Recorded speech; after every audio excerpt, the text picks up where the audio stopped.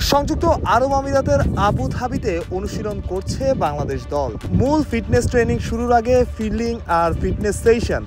বাংলাদেশ দলের ক্রিকেটাররা ব্যস্ত গণমাধ্যম কর্মীরাও। কেউ অন ক্যামেরায় কথা বলছেন, কেউ ছবি তুলছেন। তবে হুট করেই মনোযোগ কেড়ে নিল ইংল্যান্ড নারী ক্রিকেট দল। কেন? কারণটাও পরিষ্কার। আসন্ন বিশ্বকাপকে সামনে রেখে ইংল্যান্ড নারী দল অনুশীলন করছে সংযুক্ত আরব আমিরাতের আবু ধাবিতে, ঠিক যেখানে বাংলাদেশ দল এশিয়া কাপের গ্রুপ পর্বের ম্যাচগুলো খেলছে। আজ ছিল বাংলাদেশের অনুশীলন সেশন আফগানিস্তানের বিপক্ষে ম্যাচের আগে। সেই সময়টায় একই সময় অনুশীলন করতে এসেছে ইংল্যান্ড। খুব স্বাভাবিকভাবে তাদেরও কৌতূহল। বেশ মনোযোগ দিয়ে তারা বাংলাদেশ দলের অনুশীলন দেখছিলেন। কেউ ক্রিকেটারদের চেনার চেষ্টা করছিলেন, কেউ চেনার চেষ্টা করছিলেন দলকে। বাংলাদেশ দল তখন ফিল্ডিং অনুশীলনে ব্যস্ত। একের পর এক দুর্দান্ত ক্যাচ।